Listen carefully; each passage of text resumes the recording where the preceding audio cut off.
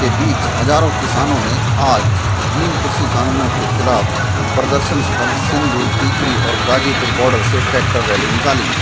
भारतीय किसान यूनियन की अगुवाई में 3500 से ज़्यादा ट्रैक्टर ट्रॉलियों के साथ किसान मार्च में हिस्सा ले रहे जोगिंदर सिंह उरांव ने कहा कि हमारे पास 3500 से ज़्यादा ट्रैक्टर चल रहे हैं।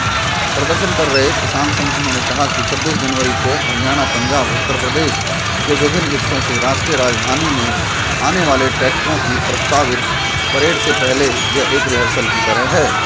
दिल्ली पुलिस और हरियाणा पुलिस के कर्मियों की भारी तैनाती के बीच ट्रैक्टर पर सवार किसानों ने कुंडली मानेसर पलवल एक्सप्रेस वे की तरफ मार्च शुरू किया।